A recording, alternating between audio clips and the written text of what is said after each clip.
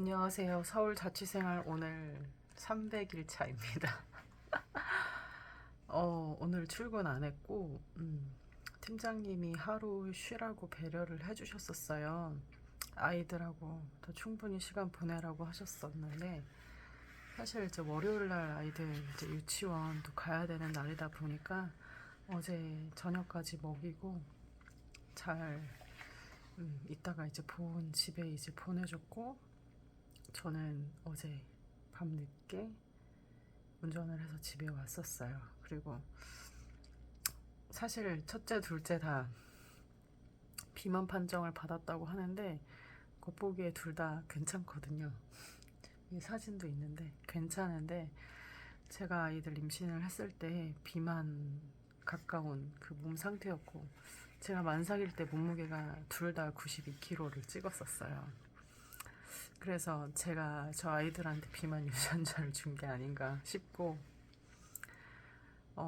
둘째가 키가 많이 커요. 5살인데 많이 큰 편이라서 둘이 쌍둥이냐는 얘기를 물어볼 정도로 둘째가 키가 큰데 그 한 장소에 이동을 할 때 적응하는데 시간이 걸리다 보니까 계속 좀 안아주고 달래주고 하느라 제가 계속 안고 있었거든요. 그래서 전 양쪽 팔에 지금 근육통이 생겼고 오늘도 생리를 시작해가지고 몸이 너무 피곤한 상태여서 거의 침대에 거의 누워 있었고 저를 위로해주고 싶어하는 분이 제가 최근에 뿌링클 치킨을 먹어보고 너무 맛있어서 감동을 했었는데 저한테 그거 보내주시면서 스스로도 잘 돌보고 잘 아껴줘야 사랑을 받아봐야 사랑을 줄 수 있는 사람이 된다 얘기하시면서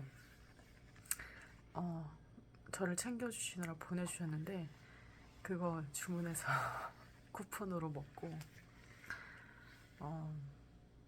그러면서 그냥 잘 쉬었습니다. 읽고 싶은 책 읽고 뭐 부동산 관련된 책도 보고 또 지난번에 그 힐하우스 교회 갔을 때 강신중 목사님께서 자기가 쓴 책이 있는데 주고 싶다고 하셨었어요. 그래서 만나기가 좀 어렵다 보니까 그 주소 보내주면 보내주시겠다고 하셨었는데 책이 오늘 도착을 해서 오늘 그 목사님 책을 좀 이제 부동산 책 읽다가 그 책 보다가 그리고 짧은 이제 유튜브 영상 좀 동기부여 될 만한 거 이런 거 보기도 하고 중간중간에 이제 틀린 그림 찾기 하면서 스스로 집중력 테스트 하면서 좀 쉬는 시간을 가졌습니다.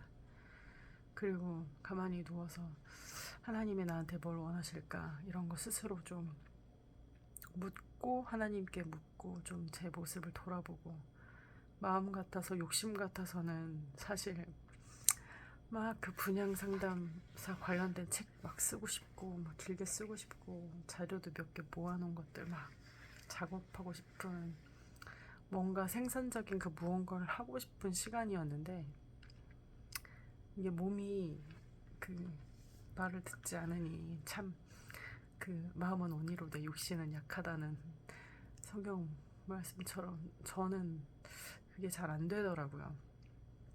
근데 그 이 강신중 목사님 책이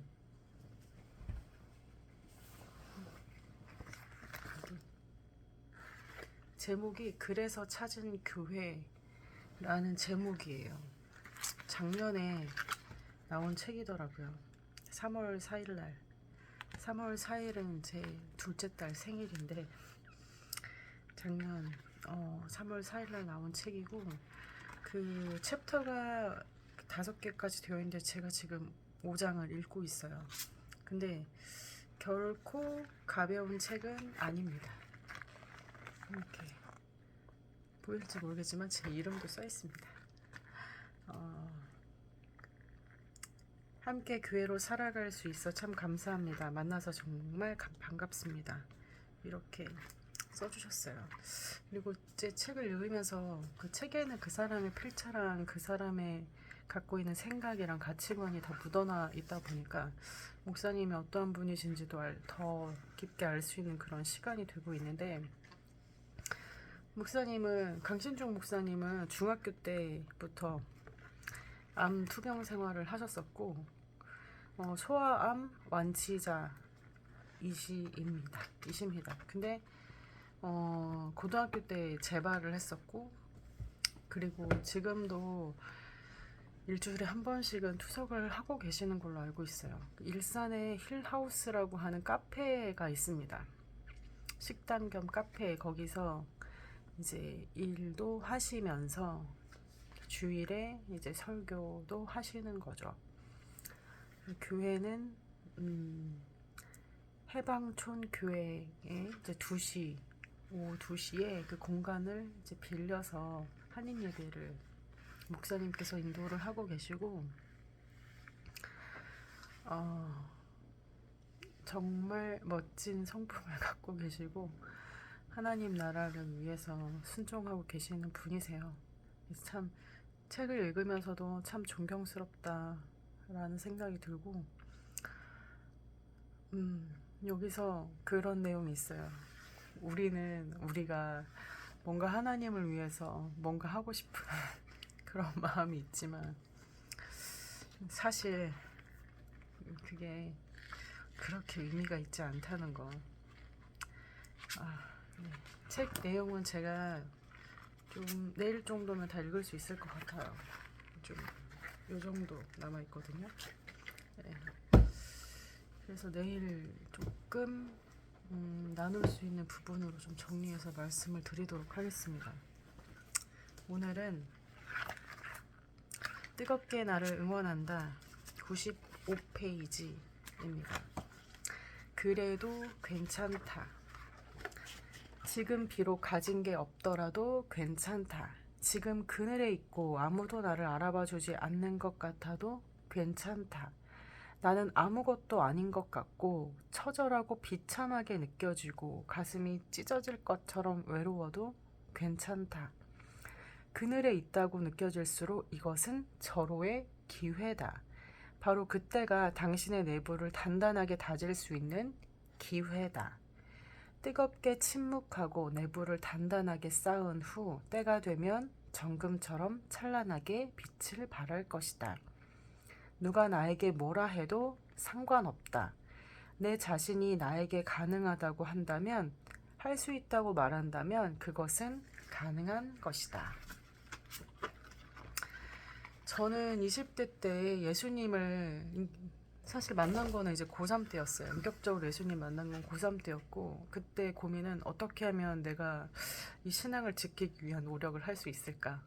내가 어떻게 대학 가서 술 안 마시고 지낼 수 있을까가 제일 큰 고민이었어요. 제가 정말 인격적으로 예수님 만나고 나서 하나님, 나 신앙 어떻게 지켜야 되죠? 이런 고민이 저한테 있었고, 그래서 선교단체를 가야 되겠다 생각을 했고, 저는 대전에 학교를 다녔기 때문에 DFC라고 하는 이제 제자들 선교회에 있었고, 그 술 문제에 있어서 당시에는 술을 강요하는 문화가 있었어요. 20년도 더 전 이야기라서 그랬었고, 다행히 하나님이 피할 길을 많이 주셨습니다. 기억나는 장면이 몇 개가 있어요. 제일 첫 장면, 1, 2학년 여자 대면식이 따로 있었어요. 저는 공대였었거든요. 근데 그때는 깡소주에 그래도 1년 선배다 보니까 전 술을 마시지 않았습니다. 그냥 잘 넘어가는데 1, 2, 3, 4 여자 대면식도 있었고 1년 휴학한 95학번 여자 선배분이 맥주를 원샷을 하고 잔에 딱 내려놓으면서 원샷이라고 얘기를 하는 그 말에 너무 무서워서 맥주 반잔을 들고 돌아다니면서 선배들한테 인사를 하다가 그 장면을 목격했을 때 제가 맥주 반잔을 마시고 기절을 했습니다. 그리고 저는 택시에 태워져서 제 기억으로 7시에서 8시 사이 때 전 집으로 돌아왔습니다. 그리고 다음날 소문이 났죠. 1학년에 술 되게 못하는 애들 왔다. 그랬고 그 뒤로 공대 체육대회가 있었고요. 저는 신소재학과였는데 준우승을 했을 거예요 아마. 준우승을 하고 그 트로피를 받으면 그 트로피에다가 맥주를 가득 채워가지고 막 폭탄 주죠. 여러 개 술 다 채워가지고 그걸 돌아가면서 다 원샷하는 그 문화가 있었어요. 이제 쭉 돌고 이제 저한테 다 그게 다가오고 있는데 너무 무서운 거예요. 나 어떡하지? 어떡하지?